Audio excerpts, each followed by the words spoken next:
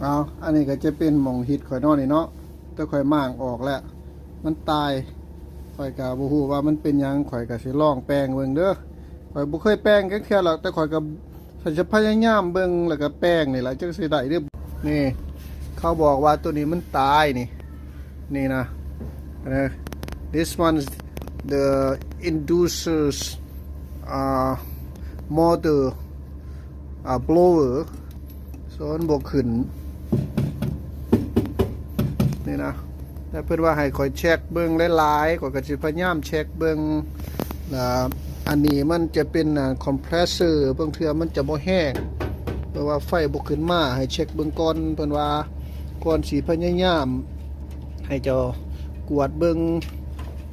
ว่ามันเวิร์กหรือบ่เวิร์กก่อนจะสิเอาใส่เพื่อนว่าขั้นเจ้าใส่แล้วแหละมันบ่เวิร์กแล้วเจ้าบ่รีเทิร์นบ่ได้เด้อพี่น้องเด้ออันนี้เป็นความจริงแล้วว่าเพราะฉะนั้นให้เจ้า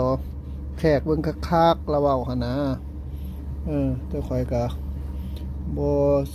ฮู้ว่ามันสิเป็นจังได๋หรอกข่อยก็บ่เคยเฮ็ดเนาะก็ลองเบิ่งนี่ล่ะเพราะว่าคันไปจ้างเพิ่นก็เสียเป็น1,000-2,000 เหรียญแต่เดี๋ยวนี้ข่อยตกงานข่อยบ่มีงาน